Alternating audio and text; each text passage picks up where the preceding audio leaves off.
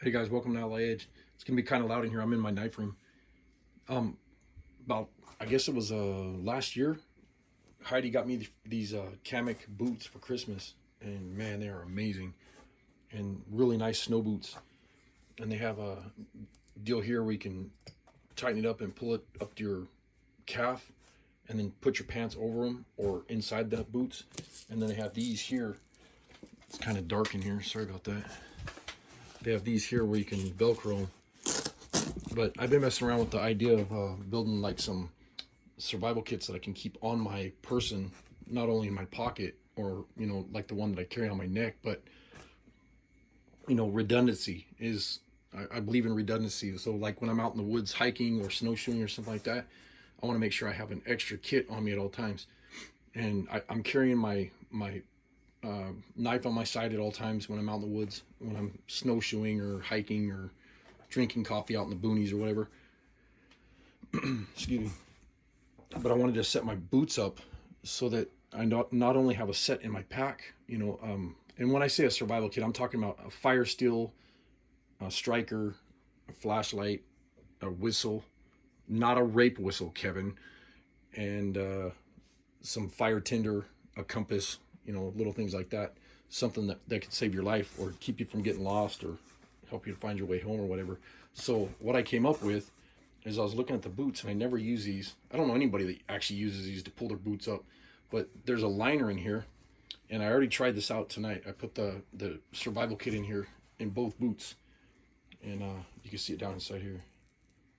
And I put the survival kit in this one and this one. It's just a mini keychain carabiner survival kit, but like I said, it could save your life. And what I did, I put it on these straps that they have here on the boots. This is where you pull the boot up or whatever, but I hooked it on here just with a simple carabiner, and I have a whistle to signal because you keep screaming and you'll lose your voice. And then there's a super bright little mini light that's out of the Doug Ritter survival kit. And then this is a striker for the fire steel, which is on this one. And this is another carabiner. And you can't, when you have these kits in here and you have these boots on, you cannot feel this on your leg at all. I already tried it out, like I said, tonight, and it works really well. So then I have a spy capsule here, and it's just a small capsule, and you take the lid off, and it's full of cotton balls with Vaseline for tinder. And then I got a striker, fire steel right here, and this is a Swedish Light My Fire steel, really good one. It's about wore out, but I figured it'd be perfect for this kit here. And this is the striker to make fire. So you have a way to signal, and then you also have, you can make fire and signal with the fire. And then you have fire tinder.